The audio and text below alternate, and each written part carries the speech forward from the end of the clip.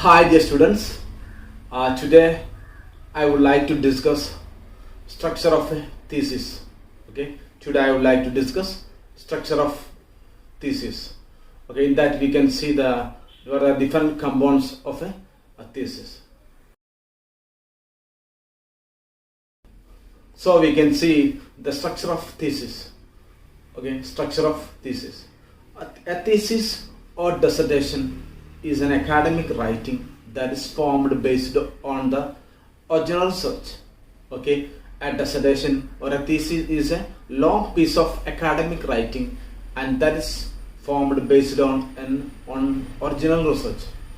Okay, this thesis or dissertation is we have submitted on based on a research that we have done. Okay, and basically and usually this dissertation is submitted as part of maybe doctoral philosophy program, that means PhD program or Master of Philosophy program, or as a part of a master's program, or as part of a bachelor's degree program. Okay, and that programs in PhD program we have to do a big that is somewhat lengthy research, and but in this master's program research is somewhat small talk only will take, and bachelor's program, MPhil program also will do some research. On that base of research, we'll submit we'll do an academic writing, and that academic writing is known as dissertation or thesis. Okay, so I hope you understood what is a thesis. So this is my PhD thesis. So this I have submitted. I have taken around 5 years to do this research, and I made an academic writing on the result, what are the materials and methods I am used, and there are different components is there in this my thesis, and all thesis also the different components will be there. So we will discuss what are the different components present in the thesis in detail in next slides. So, and the term thesis came from a Greek word. Okay, the term thesis is came from a Greek word, and I don't know how to pronounce this Greek word, and that word meaning is something put forth. Okay, the word thesis is comes from the Greek word, and that means something put forth, and the term dissertation comes from the Latin word dissertatio, meaning discussion. Okay, the term thesis comes from the Greek word that means something put forth, and the term dissertation comes from the Latin word dissertatio, that means discussion. Okay, and Aristotle, he is the first philosopher to define the term thesis. And we already told that there are different components is there in the dissertation or thesis. Okay, there are different components or sections is there in dissertation and thesis that we will discuss later. Now we can see what are the different components is there in a dissertation. Okay, what are the different components is there in dissertation sometime, and the order of dissertation also is given in this slide. Okay, order of dissertation also is given in this slide. Sometimes some guide will sometimes some guide will inform you or will tell you to add some other section also is there, but these are the common the sections present in a dissertation. First section is a title page, and the second section is an acknowledgement, third one is an abstract, and fourth one is table of content, and the fifth one is list of figures, and sixth one is list of tables, and seventh one is a list of abbreviation, and eighth one is an introduction, and ninth is a review of literature, and 10th one is a materials and methods, and next section is a result, and next one is a discussion. Sometimes this result and discussion will become as a single session, and next one is a conclusion, and next section is a reference, and last one is a appendix. Okay, appendix. These are the sections that will found in a typically found in a thesis or dissertation. Okay, in my next class I will discuss each section separately. Okay, now we can see the first section, title page. Okay, the first section of a thesis, that is a title page. Okay, the title page of a dissertation or thesis that contain all key information about your dissertation or thesis. Okay, the title page contain all key information about the document. And you see, this is my PhD thesis. Here you can see that the title page here. Okay, title page here, and here you can see the title of dissertation. You can see, and my name is there, and my guide name is there, and the document title, what type of document is here. That you can see, like that dissertation or thesis you can mention here, and the department or institution that we have to mention here, and as part of what degree you are submitting this dissertation, that you have to mention in the title page. And like that program means what degree program, like masters or PhD or MPhil or BSc, like program you have to mention here, and the date of submission also you have to mention. Okay, the title page. Okay, title page is the first section of a dissertation or thesis. In that you have to mention all key information about your the dissertation or thesis, and usually this title page contain dissertation title. Means dissertation title means a topic of your research, and your name should be there, and your guide name or mentor name should be there, and the type of document means dissertation. For example, dissertation should be there, because you have to mention that this dissertation is submitted as part of your MSc or BSc or PhD program. You have to mention in the title page, and the name of department or institution that you have to mention there, and the degree program. Okay, masters, PhD or BSc program you have to mention there, and date of submission also you have to mention in the title page. Okay, this is about a title page. You can see in this figure, you can see one title page also is there. Okay, and the next section of a thesis, that is an acknowledgements. Okay, next part of a thesis or dissertation is an acknowledgements. Okay, actually this part or this section of thesis, acknowledgement, is used to thank those who are helped you and support you for doing research and writing process. Okay, this acknowledgement section is used to thank those who are helped you and support you for writing thesis and for doing research. Okay, and in this acknowledgement section you can see here, in my thesis, here you can see this is the acknowledgement section.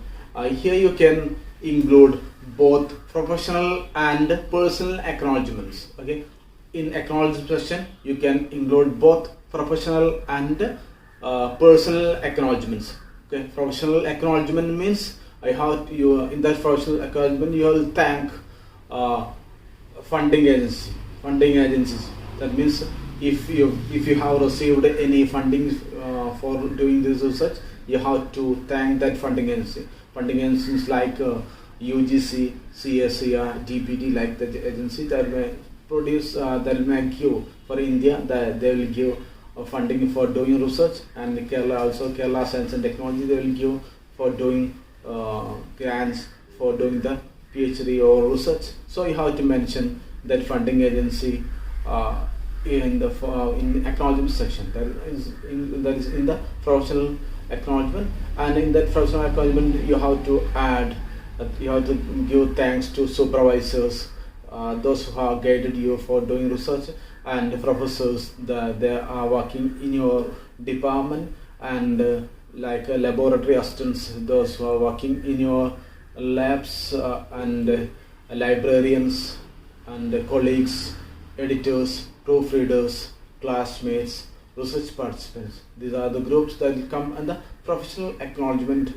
Okay, and in the personal acknowledgement, you can include your family members, friends, etc. Okay, this acknowledgement includes both professional and personal acknowledgement. In the professional acknowledgement, you can give thanks to, you can express thanks to your funding agencies, supervisors, professors, those who are working in your department, and laboratory assistants, those who are working in your lab, and librarians, colleagues, editors, proofreaders, classmates, research participants, etc. And in the personal acknowledgement, okay, personal acknowledgement, you can say thanks to your family members, friends, etc. And this in all part of this dissertation, you have to use formal style. Okay, all part of dissertation you have to use formal style. Okay, but in this case of acknowledgement writing, you can use more informal style. Okay, in the case of this acknowledgement writing, you can use more informal style, but in the case of other part of thesis, you have to use the formal style, but here you can use the informal style. And there is no need to conclude here the acknowledgement section. Okay, there is no any sort of conclusion or summary, no need to, and no need in this acknowledgement section. Just you can say thanks to everyone, just acknowledge everyone, those who have helped you for doing research, and for help supported you for writing thesis and research. Okay, this is the part of this is about the acknowledgement section. Okay, acknowledgement section is the part that will give the place to express thanks to your friends, relatives, and your guides, or anyone who helped you for doing research and writing your dissertation. Okay, and in this dissertation part, this acknowledgement part, that includes both professional and personal acknowledgements. Okay, in the acknowledgement, okay, when you are writing the acknowledgement, you can use informal style in doing for writing the acknowledgement. And in professional acknowledgement, you can include your supervisors, professors, classmates, your colleagues, and proofreaders, librarians, and professors, other teachers who helped you and supported for you doing research. And in the personal acknowledgement, you can include your parents or family members or friends, etc. Okay, and this both and both professional and personal acknowledgement should be included in the same section of acknowledgement. Okay, and in this section there is no need of any use formal style, but here you can use more informal style, and there is no need of conclusion or summary in this acknowledgement section. You can just say thanks to all those who helped you and supported you for doing research and writing the dissertation. This is the acknowledgement section of thesis. And the next section is an abstract. Okay, next section of a thesis is an abstract. Okay, and this abstract is a short summary of your thesis. Okay, abstract is a short summary of thesis, and that abstract will briefly report the aim and outcome of your research. Okay, this abstract will briefly report about the aim and outcome of your research. Okay, because we know that a thesis or dissertation that may contain more than 100 or 200 pages. Okay, this abstract or thesis may contain more than 100 or 200 pages, and it's not possible to read a person this complete thesis within a short time. Okay, within a short time, it is impossible for a person to read this dissertation. That time, if a person want to know what is the content of this thesis, that time that he can read this abstract and he will get an idea about this dissertation. Okay, we told that the abstract is a short summary of your thesis. Abstract is a short summary of a thesis, and that will briefly describe, briefly report the aim and outcome of your research. Okay, aim and outcome of your research. That means a dissertation or thesis that may contain more than 100 or 200 pages. Okay, and to read a dissertation within an hour or a short time is impossible. So a researcher, a person can read abstract to understand what is the content of this dissertation. Okay, what is the content of a dissertation? And sometimes some supervisors will give some word limitation. Okay, word limitation means number of words to use in dissertation.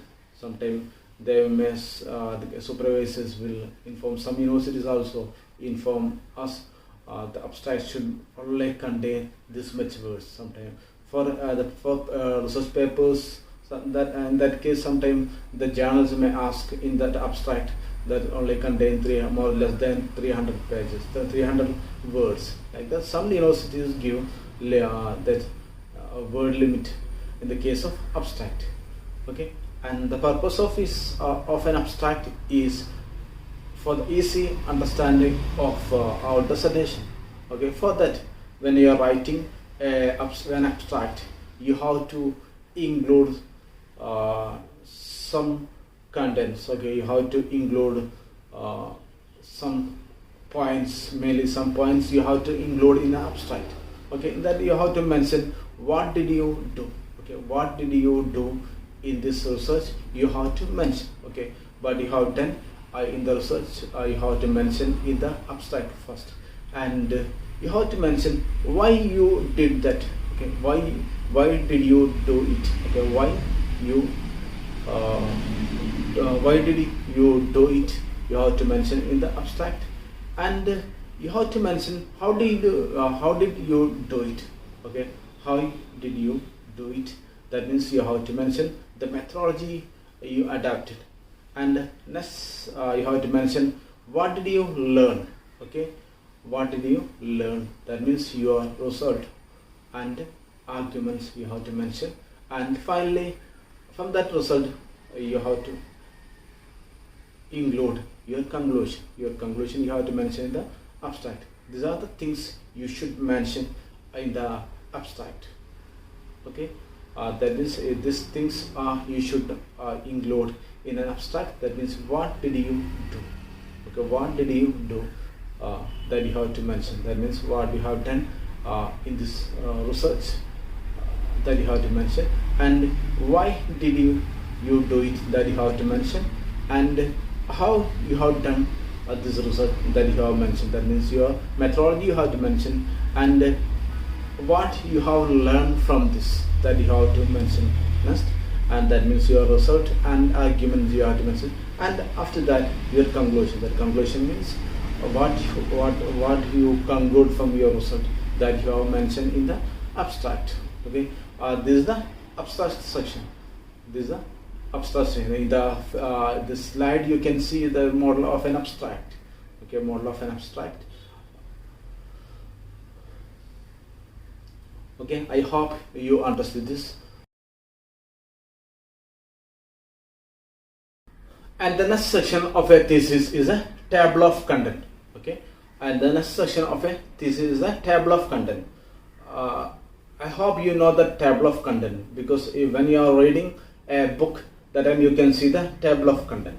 Okay, in that table of content, that will help you to identify where this section is present in this book.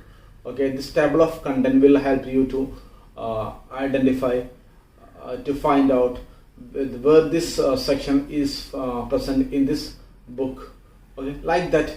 In this dissertation also, this is also contain a table of content, and this table of content will helps you to find where this different section is present in this dissertation. Okay, in the table of content of a thesis, you have to include all levels of heading. Okay, all levels of heading you should be included in the table of contents, like that, like heading and subheading, and you have to mention the page number of this heading and subheadings in the table of content. Okay, and a clear and well formatted content page is essential. Okay, a well formatted and clear content page, that indicates the quality of your thesis. Okay, a well formatted and clear content page, it is essential as it indicates the quality of your thesis. Okay, and what the purpose of this content page is, that will helps you help a reader can easily identify where this section is present inside this thesis, so that you have to include all headings and thesis, all headings and subheadings in this content page. Okay, all headings and subheadings in this content page. And when you are giving the subheadings, okay, when you are giving subheadings in the content page, that time you should indent the subheadings. Here you can see this one of the heading, and here you can see subheadings is there, that's indented. Okay, in this slide also you can see headings subheadings are indented. Okay, subheadings should be indented, and each this heading should be and subheading should be you have to give page number where that heading part and subheading is present inside the thesis. Okay, and if your content page, if you have designed a clear and well formatted content page, okay, that is essential for a good thesis. Okay, is a good clear and well formatted content page is essential for a good thesis, because it will help a reader to identify or to find out where this part of where this section is present inside the thesis. Okay, this is about the table of content.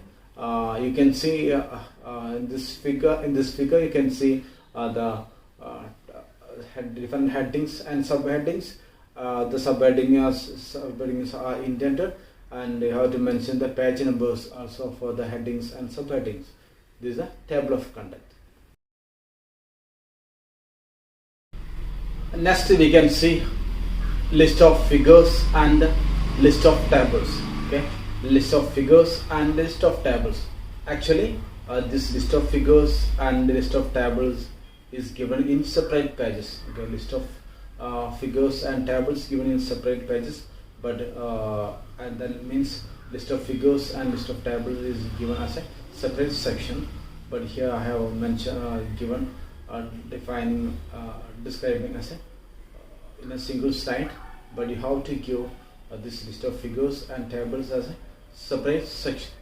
Okay, in this section, in the list of figures section, you have to list out all figures, and in the list of tables section, you have to list out all tables.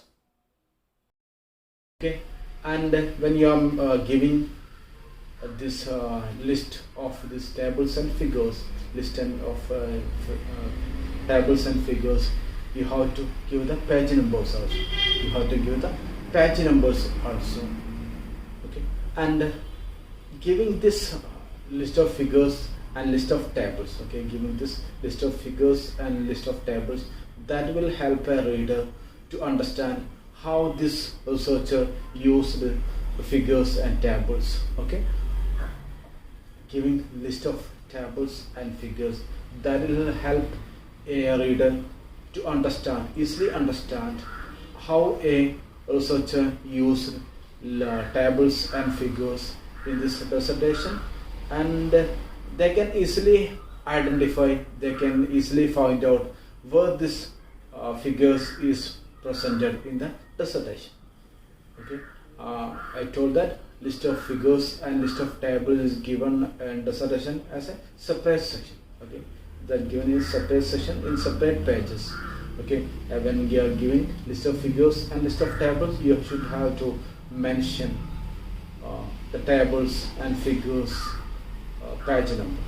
Okay, in this section you have to list out all figures in the list of figures section, and list out all tables in the list of tables section.